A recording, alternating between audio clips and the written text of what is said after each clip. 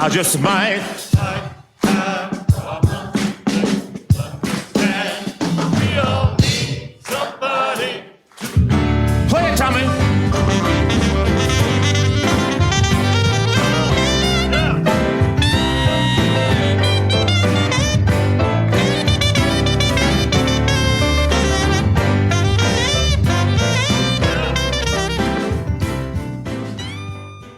Welcome to All Souls' 103rd birthday. Yeah. We try to celebrate the heritage and the birthday of All Souls on the Sunday closest to its founding, which was March 28th of 1921. And so next Sunday, of course, is Easter Sunday. So this Sunday, we are celebrating the heritage of All Souls, and I'm so glad to have you here. It's great to have a full church, and I know there are a lot of people online from all over the country, all over the state, and even other parts of the world. Welcome to all of you online as well. We're going to have a wonderful reception. We've got refreshments and a cake and everything in the fellowship hall following the service. Right now, I'd like to introduce to you our chalice lighters for this morning, two women who have been leaders in this church in many capacities over many years. We have Janet Stout Allen and Sarah Carlson. Thank you.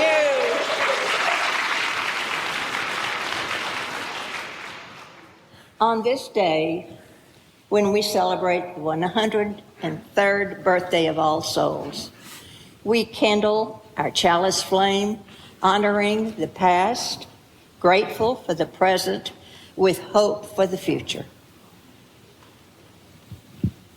May what we do here keep the lamp of our free religion burning brightly for many generations to come.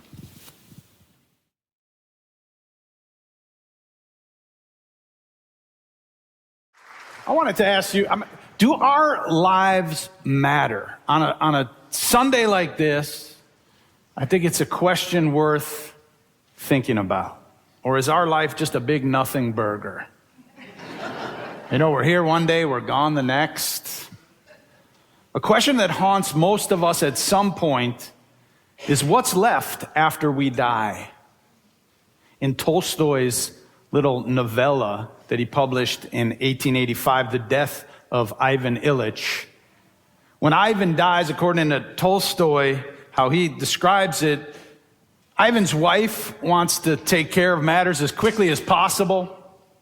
At his funeral, the men who play cards together can't wait for the service to end so they can go back to their poker game. The people at his work are discussing who will get his station in the office and how that's going to change where everybody sits. As we watch other people pass away, we realize the world will go on without us. Spring flowers will bloom, even though we're not here to see them or smell them.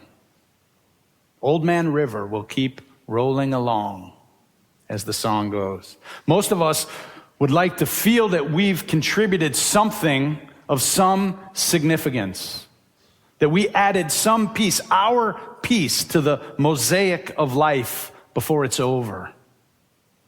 Belonging to a community rooted in a way of understanding the world is an important way of authentically participating and leaving a legacy.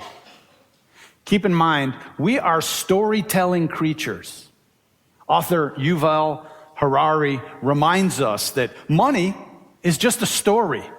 We believe it, and so it's true, but it's just paper.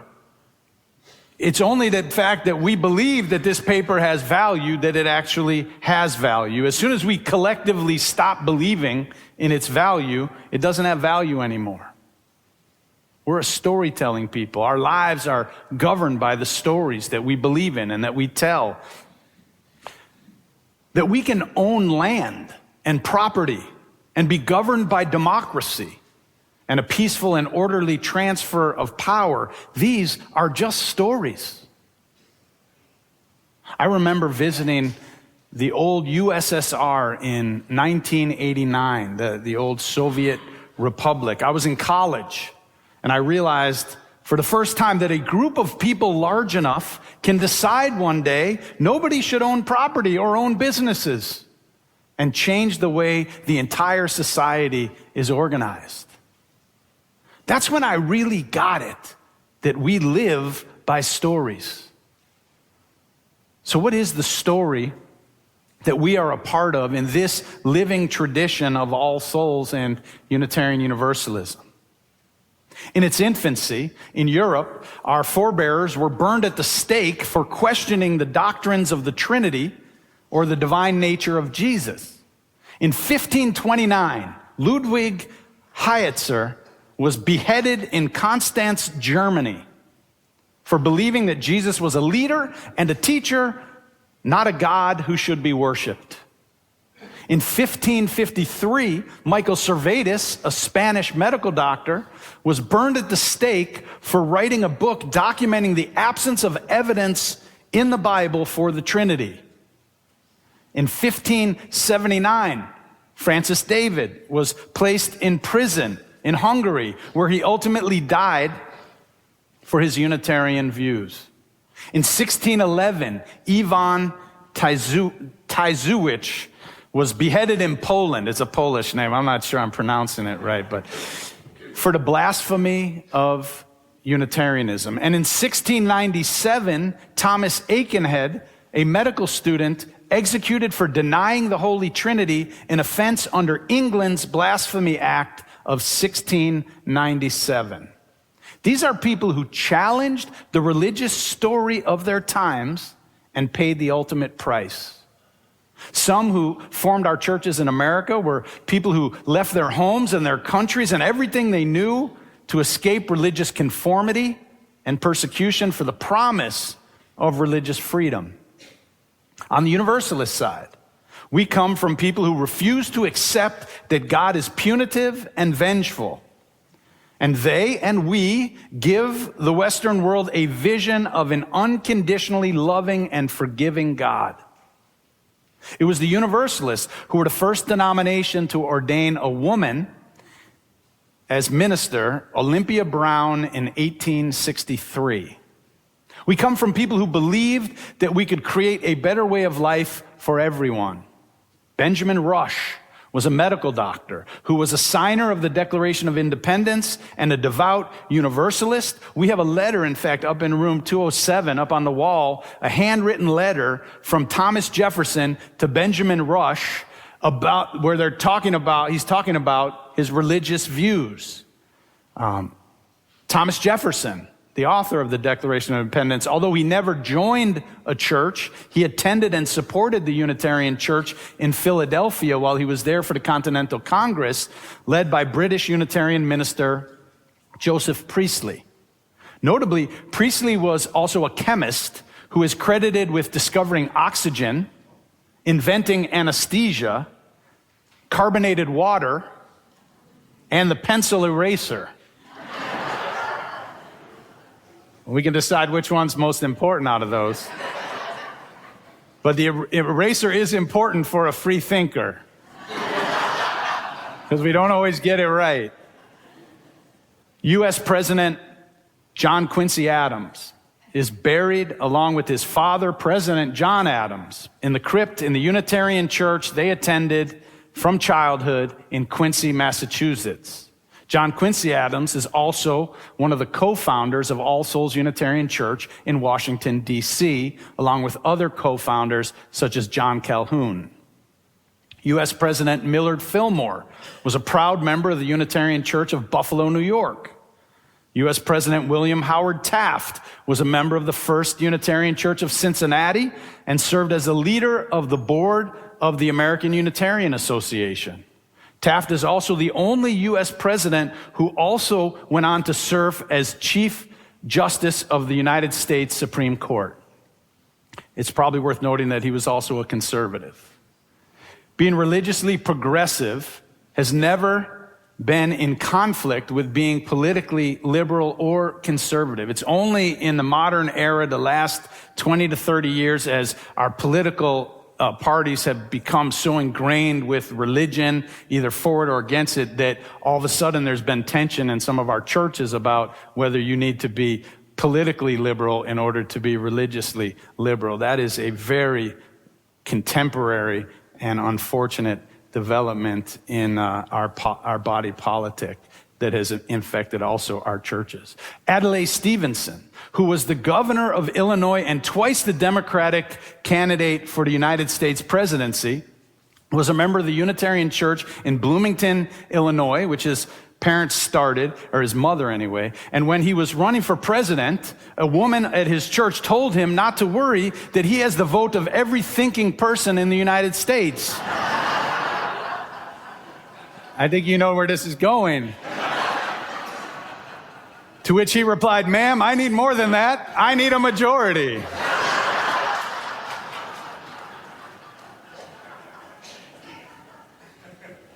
Oliver Wendell Holmes Jr., also a Supreme Court justice, was a Unitarian. There were many noted abolitionists, including Frances Ellen Watkins Harper, an acclaimed author and member of the Underground Railroad and member of the First Unitarian Church of Philadelphia. She was extraordinary in her times, in part because she was both a woman and African American, and was a wildly popular speaker who drew crowds of 10,000 or more, and also an incredibly well-read author all across the country. Theodore Parker, a Unitarian minister who coined the phrase government of the people, by the people, for the people in one of his sermons that Abraham Lincoln read and then decided to use in the Gettysburg Address. And so we all know it from the Gettysburg Address, but this was something that came from a pulpit much like this from a Unitarian minister in his time. He also coined the phrase, "The moral arc of the universe is long, but it bends towards justice," a phrase that many of us know because it was frequently used by Martin Luther King Jr. and more recently by President Barack Obama. By the way, speaking of Barack Obama, his mother and his maternal grandparents were his mother was raised Unitarian by his maternal grandparents in our church in Hawaii. In fact, you may recall that when he was running for president, his grandmother died, and he had to wait until after the election to go back. They held the funeral back until after, and then once he was elected, he went back to Hawaii, and they had the service there at the Unitarian Church for his grandmother. So he was deeply influenced by, even though he became a Congregationalist later as a young adult, he was deeply influenced by the Unitarian Church in his family and his upbringing. Julia Ward Howe, who Abraham Lincoln asked to write the Battle Hymn of the Republic during the Civil War, was a Unitarian, and along with her husband Samuel Gridley Howe, was the founder. He was the founder and the first director of the Perkins Institute for the Blind in Boston, which, thanks to his passion, was the first school for the blind in America. Clara Barton was a lifelong Universalist. She was asked by Abe Lincoln during the Civil War to search for wounded soldiers, not just Union soldiers, but soldiers from both sides, and she became the organizer of what we know today as the Red Cross. A long list of leaders for women's suffrage were well known. Unitarians, most well known to us is probably Susan B. Anthony, who was raised a Quaker but became a member of the Rochester Unitarian Church in New York. In civil rights, Whitney Young was the head of the Urban League, one of the big 5 civil rights leaders, along with Martin Luther King, that planned the March on Washington. Young was a leader in our church in White Plains, New Jersey, along with his wife.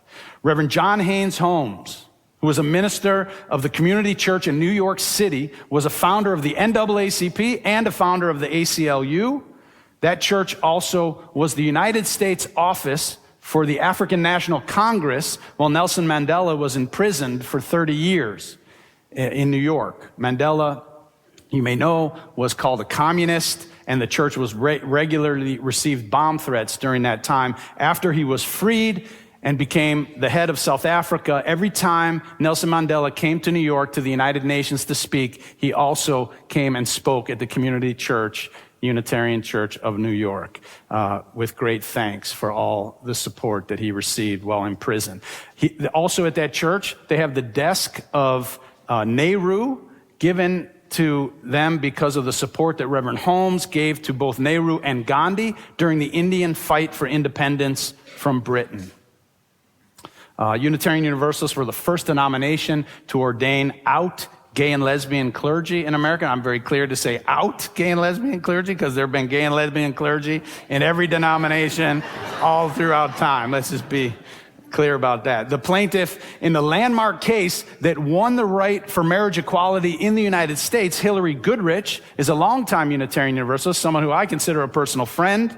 She and her wife were married on the steps of the Arlington Unitarian Universalist Church in Boston by the president of the Unitarian Universalist Association and the first federally recognized same-sex marriage in the United States after a long-fought battle in the courts.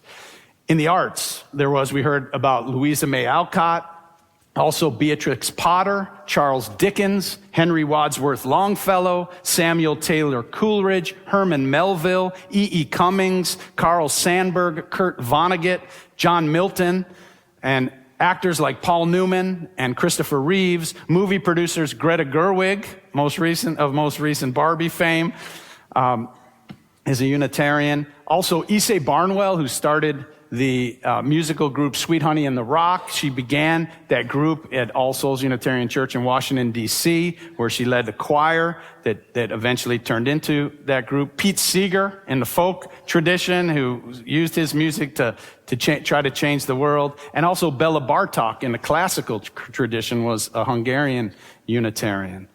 P.T. Barnum of circus fame, a famous Universalist, who actually wrote a book about Universalism. The renowned American architect Frank Lloyd Wright. You know, when you think about it, Ralph Waldo Emerson, who's considered the first and perhaps the greatest American philosophers, both in the romantic and the pragmatic traditions, and also Frank Lloyd Wright, considered the quintessential American architect. They defined American philosophy and American architecture back when this part of the world was not seen as up to the level of Europe at that time. They defined these traditions. Herman Melville, who wrote what many consider the great American novel, Moby Dick, he was a member of All Souls Unitarian Church in New York City. So you have Alcott, Longfellow, Coleridge. These are among the greatest American writers and poets, and of course, Henry David Thoreau. Now, in education, we had Mary Tyler Peabody and her sisters. They were pioneers in public education and the movement to start kindergarten in the United States. She married Horace Mann, who's considered the father of public education. It's no coincidence that the names of many schools here in Oklahoma and all across the United States are named for famous Unitarians, such as Emerson and Thoreau and Horace Mann. Inventor Alexander Graham Bell, an agnostic who attended Unitarian Church. But perhaps most interesting is Lewis Howard Latimer, who was the only African-American member of Thomas Edison's engineering division.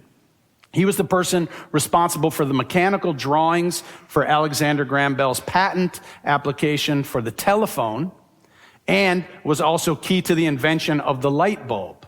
Latimer was the son of parents who escaped slavery and was the founding member of the First Unitarian Church of Flushing, New York. Tim Berners-Lee, who was the creator of the World Wide Web, not Al Gore. Tim Berners-Lee, he was born Anglican, but he became a Unitarian Universalist after he had children in order to raise them in the Unitarian Church, which he did. I have to wonder if he found the Unitarian Church on Google. Seems appropriate. Dorothea Dix was a pioneer in prison reform and mental health care in the 19th century when it was somewhat barbaric how we treated both prisoners and the mentally ill. She was involved in the Arlington Street Church in Boston. John Locke, the Enlightenment philosopher, was a Unitarian thinker. In science, there's Charles Darwin, whose mother was Unitarian, father was Anglican, and also Isaac Newton, who wrote about his Unitarian theology quite extensively. As you hear the names of all these incredible people, Some of the most notable names in politics, the arts, science, social reform, and education. Keep in mind that Unitarian Universalists are less than 0.05% of the U.S. population. Not 0.5, not half a percent. I'm talking 0.05, 5/100th% of the United States population and a much smaller percent of the world population. But the impact is disproportionate to the size of the population that they represent, that we represent. Now, I'm obviously only hitting on the highlights this morning. We have made many mistakes and have had our share of scoundrels, but we keep going. Because when you dare to chart a new path and have the inclination not to just follow the crowd, and when you refuse to accept the limitations of society and say, no, we can do more, we can do better, it leads to innovation and it leads to invention. And inevitably, there are and have been mistakes and failures along the way as well. I've been here at All Souls in Tulsa for almost 24 years, nearly a quarter of a century. And over that time, I know that I have said some unenlightened things from this pulpit. Don't all laugh at the same time. And things that will not stand, have not stood, or will not stand the test of time. I like to think that I've evolved and changed, and that what I was thinking 20-some years ago is not always the same of what my life experience and reading have caused me to believe now. And I expect to continue to evolve and change and possibly make some mistakes as well. But I'm very lucky that you all have stuck with me through these moments of both inspiration and folly. Both, yes. I don't know if that was for the folly or for the inspiration, but I appreciate that. But that's what comes with a free pulpit, is that there's some brilliance and there's some mistakes and some misses of the mark. I like to think that I may have stuck with some of you through some of your less flattering stages as well. But my point today is this: belonging to a community rooted in a way of understanding the world is an important way of authentically participating and leaving a legacy in this life. This is the heritage of religious freedom. It is clearly not for everyone, or we wouldn't be 0.05% of the population, but I'm glad that it's here for those of us who do see the world in such a way. I'm thankful that we don't get burned or beheaded or banished anymore for holding such beliefs and asking such questions. And so I'll end with the words from my predecessor in this pulpit, Dr. John Burton Wolfe. Some of you, I know, could probably recite these words by heart. He said them so often. There's only one reason for joining a Unitarian Universalist church, and that is to support it. You want to support it because it stands against superstition and fear.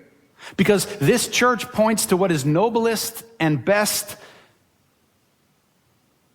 in human life. Because it is open to people of whatever race, creed, color, place of origin, or sexual orientation, or religious philosophy. You want to support this church because it has a free pulpit. Because you can hear ideas expressed here that would cost any other minister their job. You want to support it because it's a place where children come without being saddled with guilt or terrified of some celestial peeping Tom.